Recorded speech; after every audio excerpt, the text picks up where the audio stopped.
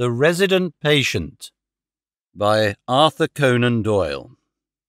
Narrated by Peter Silverleaf. In glancing over the somewhat incoherent series of memoirs with which I have endeavoured to illustrate a few of the mental peculiarities of my friend Mr. Sherlock Holmes, I have been struck by the difficulty which I have experienced in picking out examples which shall in every way answer my purpose. For in those cases in which Holmes has performed some tour de force of analytical reasoning and has demonstrated the value of his peculiar methods of investigation, the facts themselves have often been so slight or so commonplace that I could not feel justified in laying them before the public. On the other hand, it has frequently happened that he has been concerned in some research where the facts have been of the most remarkable and dramatic character, but where the share which he has himself taken in determining their causes has been less pronounced than I, as his biographer, could wish. The small matter which I have chronicled under the heading of A Study in Scarlet, and that other later one connected with the loss of the Gloria Scott, may serve as examples of this Scylla and Charybdis which are forever threatening the historian. It may be that in the business of which I am now about to write, the part which my friend played is not sufficiently accentuated, and yet the whole train of circumstances is so remarkable that I cannot bring myself to omit it entirely from this series. I cannot be sure of the exact date, for some of my memoranda upon the matter have been mislaid, but it must have been towards the end of the first year during which Holmes and I shared chambers in Baker Street. It was boisterous October weather, and we had both remained indoors all day. I, because I feared with my shaken health to face the keen autumn wind, while he was deep in some of those abstruse chemical investigations which absorbed him utterly as long as he was engaged upon them. Towards evening, however, the breaking of a test tube brought his research to a premature ending, and he sprang up from his chair with an exclamation of impatience and a clouded brow. "A day's work ruined, Watson," said he, striding across to the window. "Ah, the stars are out and the wind has fallen. What do you say to a ramble through London?" I was weary of our little sitting-room and gladly acquiesced. For 3 hours we strolled about together, watching the ever-changing kaleidoscope of life as it ebbs and flows through Fleet Street and the Strand. Holmes had shaken off his temporary ill-humour, and his characteristic talk, with its keen observance of detail and subtle power of inference, held me amused and enthralled. It was 10 o'clock before we reached Baker Street again. A brougham was waiting at our door. A doctor's. General practitioner, I perceive," said Holmes. "Not been long in practice, but has a good deal to do. Come to consult us, I fancy. Lucky we came back." I was sufficiently conversant with Holmes's methods to be able to follow his reasoning and to see that the nature and state of the various medical instruments in the wicker basket which hung in the lamplight inside the brougham had given him the data of his swift deduction. The light in our window above showed that this late visit was indeed intended for us.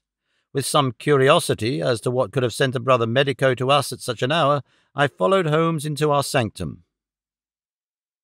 A pale, taper-faced man with sandy whiskers rose up from a chair by the fire as we entered. His age may not have been more than 3 or 4 and 30, but his haggard expression and unhealthy hue told of a life which has sapped his strength and robbed him of his youth.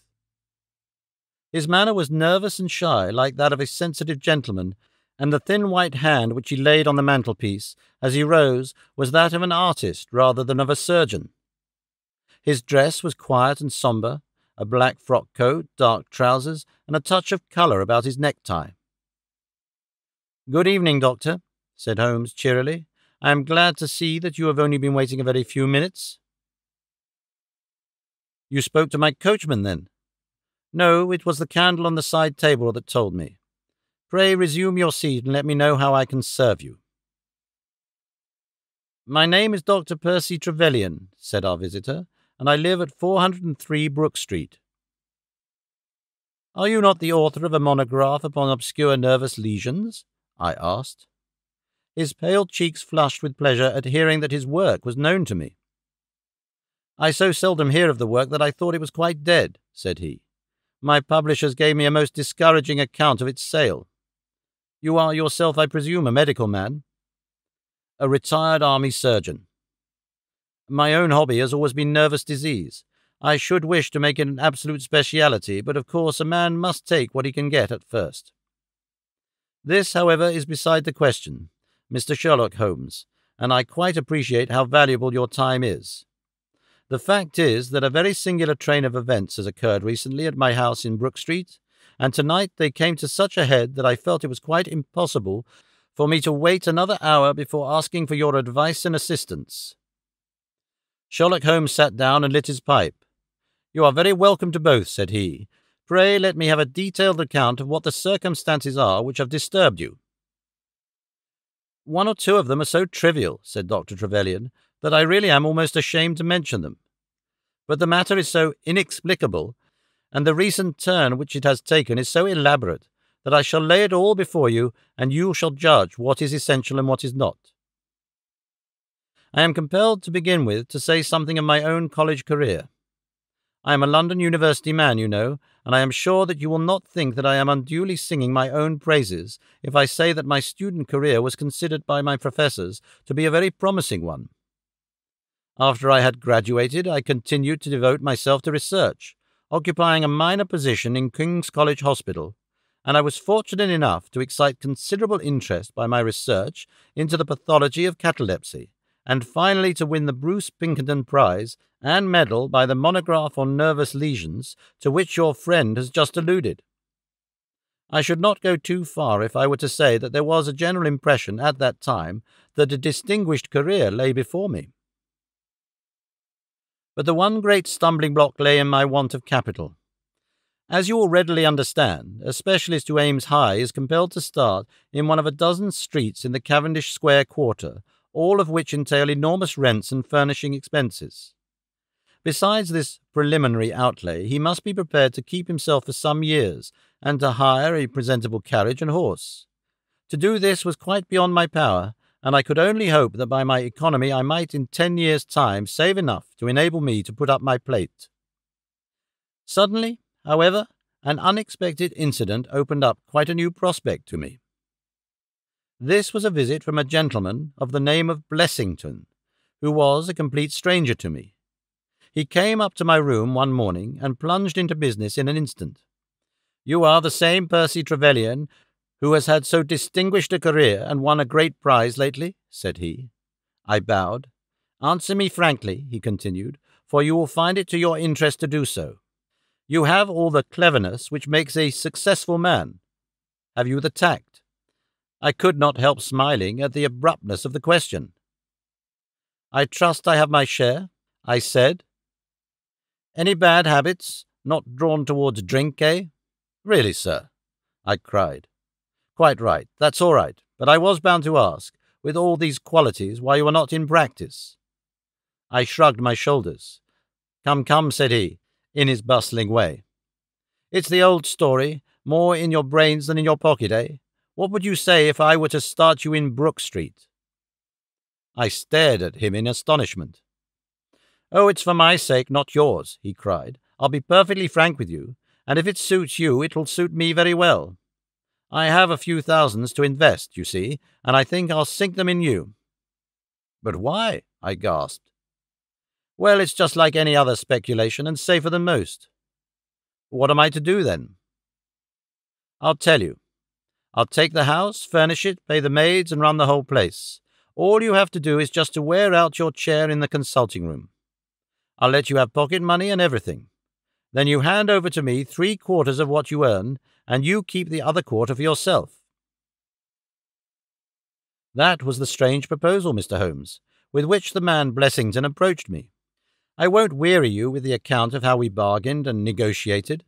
It ended in my moving into the house next Lady Day, and starting in practice on very much the same conditions as he had suggested. He came himself to live with me in the character of a resident patient. His heart was weak, it appears, and he needed constant medical supervision. He turned the 2 best rooms of the first floor into a sitting room and bedroom for himself. He was a man of singular habits, shunning company and very seldom going out. His life was irregular, but in one respect he was regularity itself. Every evening, at the same hour, he walked into the consulting room, examined the books, put down 5 and 3 pence for every guinea that I had earned, and carried the rest off to the strong box in his own room. I may say with confidence that he never had occasion to regret his speculation. From the first it was a success. A few good cases and the reputation which I had won in the hospital brought me rapidly to the front, and during the last few years I have made him a rich man. So much, Mr. Holmes, for my past history and my relations with Mr. Blessington. It only remains for me now to tell you what has occurred to bring me here tonight. Some weeks ago, Mr. Blessington came down to me in, as it seemed to me, a state of considerable agitation. He spoke of some burglary which he said had been committed in the West End, and he appeared, I remember, to be quite unnecessarily excited about it, declaring that a day should not pass before we should add stronger bolts to our windows and doors. For a week he continued to be in a particular state of restlessness, peering continually out of the windows and ceasing to take the short walk which had usually been the prelude to his dinner. From his manner it struck me that he was in mortal dread of something or somebody, but when I questioned him upon the point he became so offensive that I was compelled to drop the subject. Gradually, as time passed, his fears appeared to die away, and he had renewed his former habits, when a fresh event had reduced him to the pitiable state of prostration in which he now lies. What happened was this. 2 days ago I received a letter which I now read to you. Neither address nor date is attached to it. A Russian nobleman who is now resident in England, it runs, would be glad to avail himself of the professional assistance of Dr. Percy Trevelyan. He has been for some years a victim to cataleptic attacks, on which, as is well known, Dr. Trevelyan is an authority. He proposes to call at about 6:15 tomorrow evening, if Dr. Trevelyan will make it convenient to be at home. This letter interested me deeply because the chief difficulty in the study of catalepsy is the rareness of the disease. You may believe, then, that I was in my consulting room when, at the appointed hour, the page showed in the patient. He was an elderly man, thin, demure, and commonplace, by no means the conception one forms of a Russian nobleman. I was much more struck by the appearance of his companion. This was a tall young man, surprisingly handsome, with a dark, fierce face, and the limbs and chest of a Hercules. He had his hand under the other's arm as they entered, and helped him to a chair with a tenderness which one would hardly have expected from his appearance. "You will excuse me coming in, doctor," said he to me, speaking English with a slight lisp. "This is my father, and his health is a matter of the most overwhelming importance to me." I was touched by this filial anxiety. "You would perhaps care to remain during the consultation," said I. "Not for the world," he cried with a gesture of horror. "It is more painful to me than I can express. If I were to see my father in one of these dreadful seizures, I am convinced that I should never survive it. My own nervous system is an exceptionally sensitive one. With your permission, I will remain in the waiting room while you go into my father's case." To this, of course, I assented, and the young man withdrew. The patient and I then plunged into a discussion of his case, of which I took exhaustive notes. He was not remarkable for intelligence, and his answers were frequently obscure, which I attributed to his limited acquaintance with our language. Suddenly, however, as I sat writing, he ceased to give any answer at all to my inquiries, and on my turning towards him I was shocked to see that he was sitting bolt upright in his chair, staring at me with a perfectly blank and rigid face. He was again in the grip of his mysterious malady. My first feeling, as I have just said, was one of pity and horror. My second, I fear, was rather one of professional satisfaction. I made notes of my patient's pulse and temperature, tested the rigidity of his muscles, and examined his reflexes. There was nothing markedly abnormal in any of these conditions, which harmonized with my former experiences. I had obtained good results in such cases by the inhalation of nitrate of amyl, and the present seemed an admirable opportunity of testing its virtues. The bottle was downstairs in my laboratory, so leaving my patient seated in his chair, I ran down to get it. There was some little delay in finding it. 5 minutes, let us say, and then I returned. Imagine my amazement to find the room empty and the patient gone. Of course, my first act was to run into the waiting room. The son had gone also. The hall door had been closed but not shut. My page who admits patients is a new boy and by no means quick. He waits downstairs and runs up to show patients out when I ring the consulting room bell. He had heard nothing, and the affair remained a complete mystery. Mr. Blessington came in from his walk shortly afterwards, but I did not say anything to him upon the subject, for, to tell the truth, I have got in the way of late of holding as little communication with him as possible. Well, I never thought that I should see anything more of the Russian and his son, so you can imagine my amazement when, at the very same hour this evening, they both came marching into my consulting room just as they had done before. I feel that I owe you a great many apologies for my abrupt departure yesterday, Doctor, said my patient. I confess that I was very much surprised at it, said I. Well, the fact is, he remarked, that when I recover from these attacks, my mind is always very clouded as to all that has gone before. I woke up in a strange room, as it seemed to me, and made my way out into the street in a sort of dazed way when you were absent. And I, said the son, seeing my father pass the door of the waiting room, naturally thought that the consultation had come to an end. It was not until we had reached home that I began to realize the true state of affairs. Well, said I, laughing, there is no harm done except that you puzzled me terribly. So if you, sir, would kindly step into the waiting room, I shall be happy to continue our consultation, which was brought to so abrupt an ending. For half an hour or so I discussed that old gentleman's symptoms with him, and then, having prescribed for him, I saw him go off upon the arm of his son. I have told you that Mr. Blessington generally chose this hour of the day for his exercise. He came in shortly afterwards and passed upstairs. An instant later I heard him running down, and he burst into my consulting room like a man who is mad with panic. "Who has been in my room?" he cried. "No one," said I. "It's a lie," he yelled. "Come up and look." I passed over the grossness of his language as he seemed half out of his mind with fear. When I went upstairs with him, he pointed to several footprints upon the light carpet. "Do you mean to say these are mine?" he cried. They were certainly very much larger than any which he could have made, and were evidently quite fresh. It rained hard this afternoon, as you know, and my patients were the only people who called. It must have been the case then that the man in the waiting room had, for some unknown reason, while I was busy with the other, ascended to the room of my resident patient. Nothing had been touched or taken, but there were the footprints to prove that the intrusion was an undoubted fact. Mr. Blessington seemed more excited over the matter than I should have thought possible, though, of course, it was enough to disturb anybody's peace of mind. He actually sat crying in an armchair, and I could hardly get him to speak coherently. It was his suggestion that I should come round to you, and, of course, I at once saw the propriety of it, for certainly the incident is a very singular one, though he appears to completely overrate its importance. If you would only come back with me in my brougham, you would at least be able to soothe him, though I can hardly hope that you will be able to explain this remarkable occurrence. Sherlock Holmes had listened to this long narrative with an intentness which showed me that his interest was keenly aroused. His face was as impassive as ever, but his lids had drooped more heavily over his eyes, and his smoke had curled up more thickly from his pipe to emphasize each curious episode in the doctor's tale.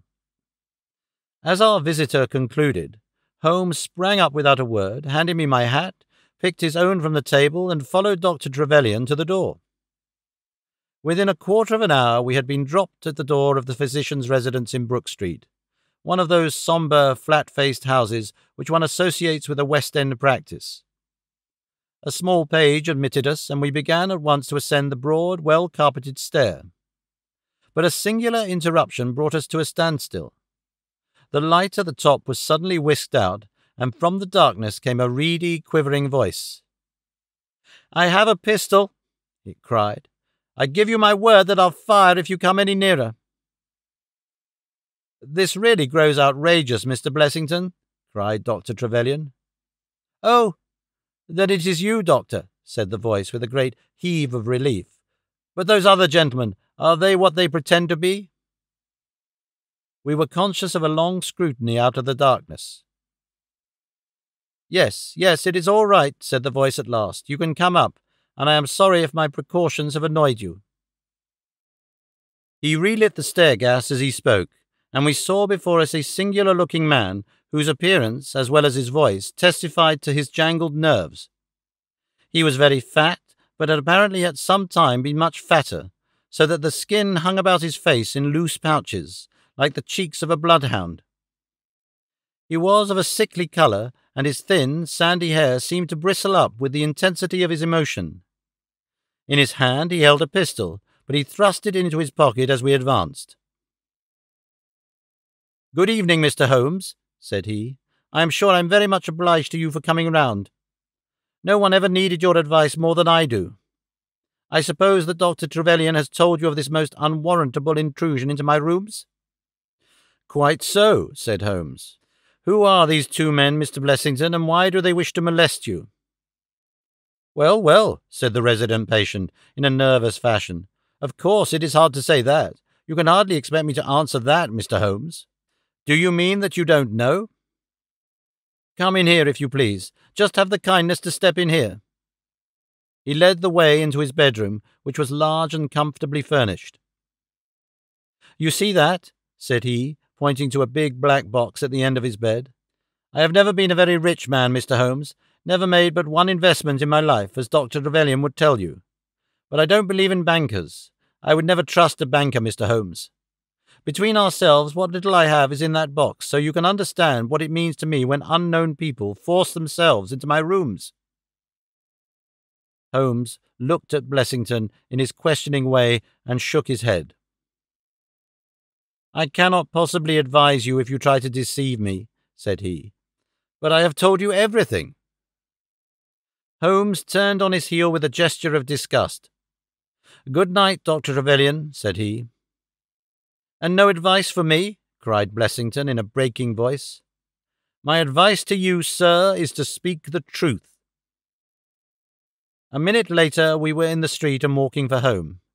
We had crossed Oxford Street and were halfway down Harley Street before I could get a word from my companion. "Sorry to bring you out on such a fool's errand, Watson," he said at last. "It is an interesting case, too, at the bottom of it." "I can make little of it," I confessed. "Well, it is quite evident that there are two men, more perhaps, but at least two, who are determined for some reason to get at this fellow Blessington. I have no doubt in my mind that both on the first and on the second occasion that young man penetrated to Blessington's room, while his confederate, by an ingenious device, kept the doctor from interfering." "And the catalepsy?" "A fraudulent imitation, Watson, though I should hardly dare to hint as much to our specialist. It is a very easy complaint to imitate. I have done it myself." "And then?" "By the purest chance, Blessington was out on each occasion. Their reason for choosing so unusual an hour for a consultation was obviously to ensure that there should be no other patient in the waiting room. It just happened, however, that this hour coincided with Blessington's constitutional, which seems to show that they are not very well acquainted with his daily routine. Of course, if they had been merely after plunder, they would at least have made some attempt to search for it. Besides, I can read in a man's eye when it is his own skin that he is frightened for. It is inconceivable that this fellow could have made two such vindictive enemies as these appear to be without knowing of it. I hold it, therefore, to be certain that he does know who these men are, and that for reasons of his own suppresses it. It is just possible that tomorrow may find him in a more communicative mood." "Is there not one alternative?" I suggested, grotesquely. "Improbable, no doubt, but still just conceivable. Might the whole story of the cataleptic Russian and his son be a concoction of Dr. Trevelyan's, who has, for his own purposes, been in Blessington's rooms?" I saw in the gaslight that Holmes wore an amused smile at this brilliant departure of mine. "My dear fellow," said he, "it was one of the first solutions which occurred to me, but I was soon able to corroborate the doctor's tale. This young man has left prints upon the stair carpet, which made it quite superfluous for me to ask to see those which he had made in the room. When I tell you that his shoes were square-toed instead of being pointed like Blessington's, and were quite 1.33 inches longer than the doctor's, you will acknowledge that there can be no doubt as to his individuality.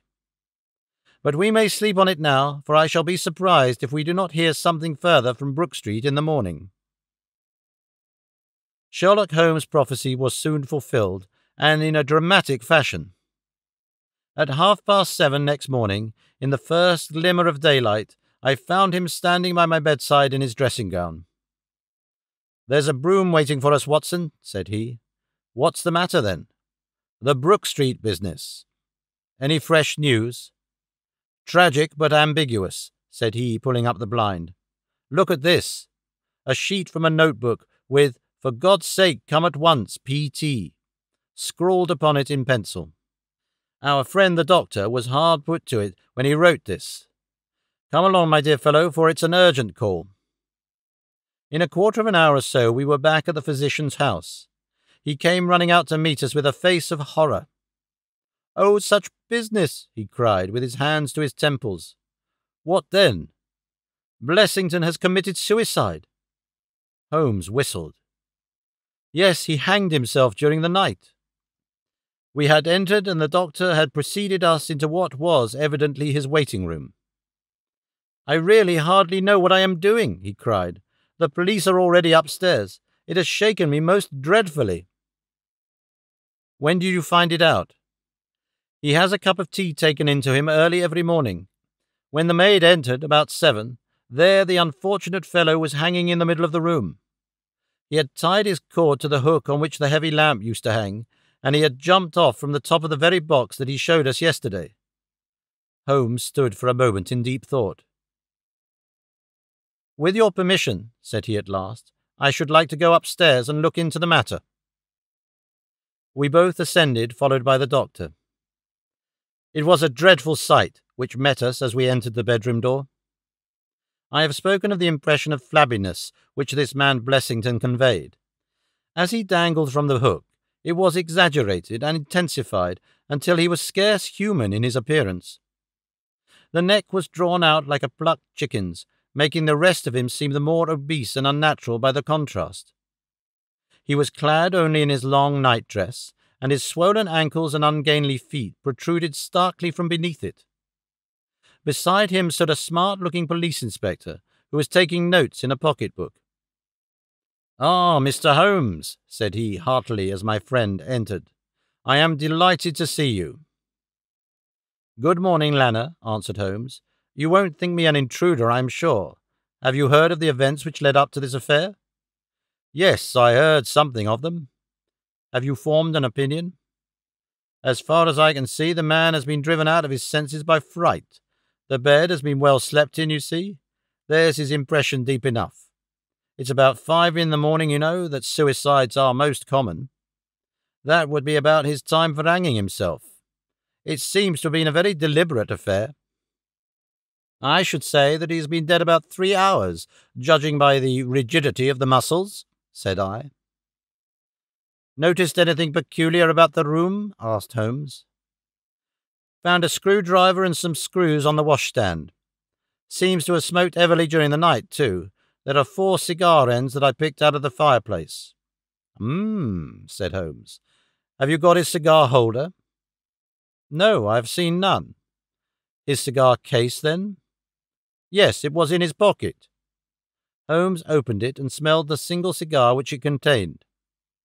"Oh, this is a Havana, and these others are cigars of the peculiar sort which are imported by the Dutch from their East Indian colonies.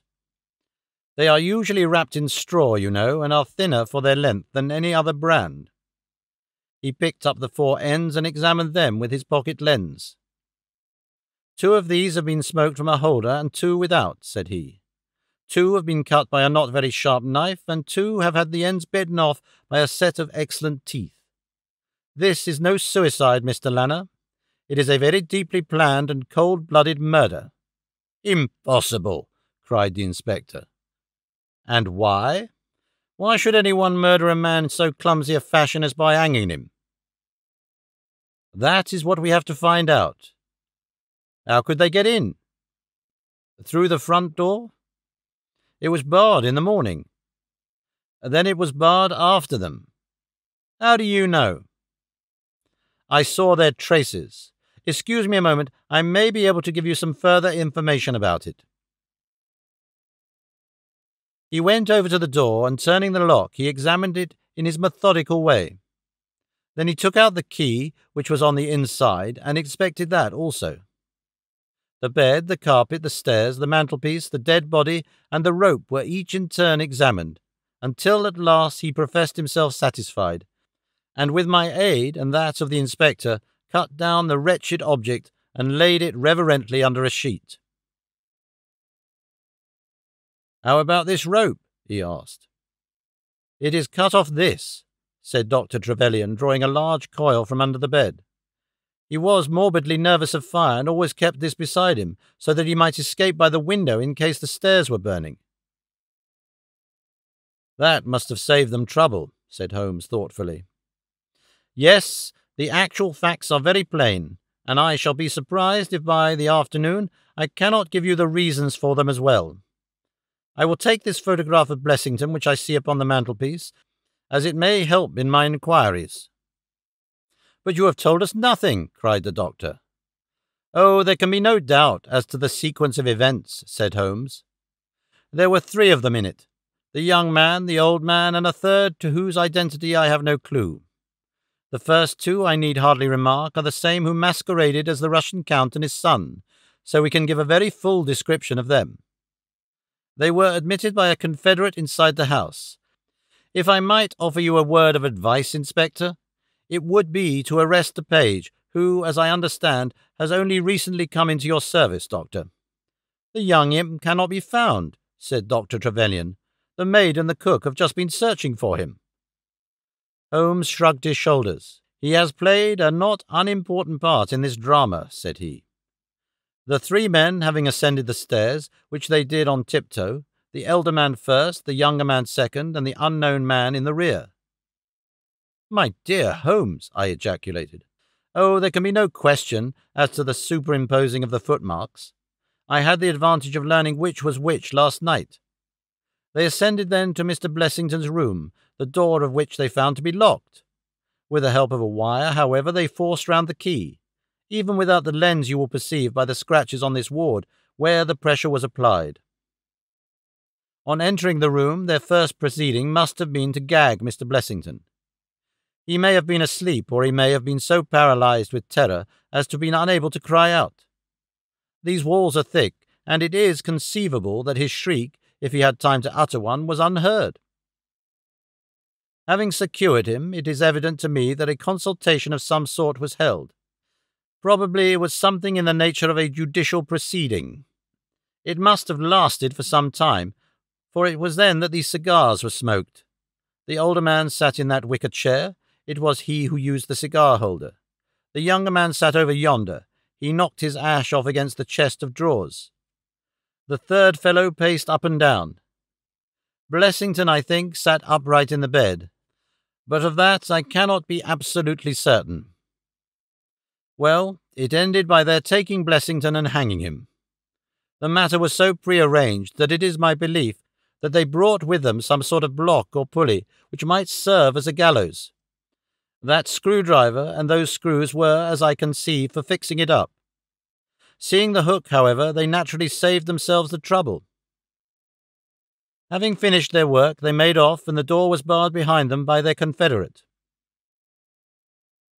We had all listened with the deepest interest to this sketch of the night's doings, which Holmes had deduced from signs so subtle and minute that, even when he had pointed them out to us, we could scarcely follow him in his reasoning. The inspector hurried away on the instant to make inquiries about the page, while Holmes and I returned to Baker Street for breakfast. "I'll be back by 3, said he, when we had finished our meal. "Both the inspector and the doctor will meet me here at that hour, and I hope by that time to have cleared up any little obscurity which the case may still present." Our visitors arrived at the appointed time, but it was 3:15 before my friend put in an appearance. From his expression as he entered, however, I could see that all had gone well with him. Any news, Inspector? We've got the boy, sir. Excellent. And I have got the men. You have got them? We cried, all three.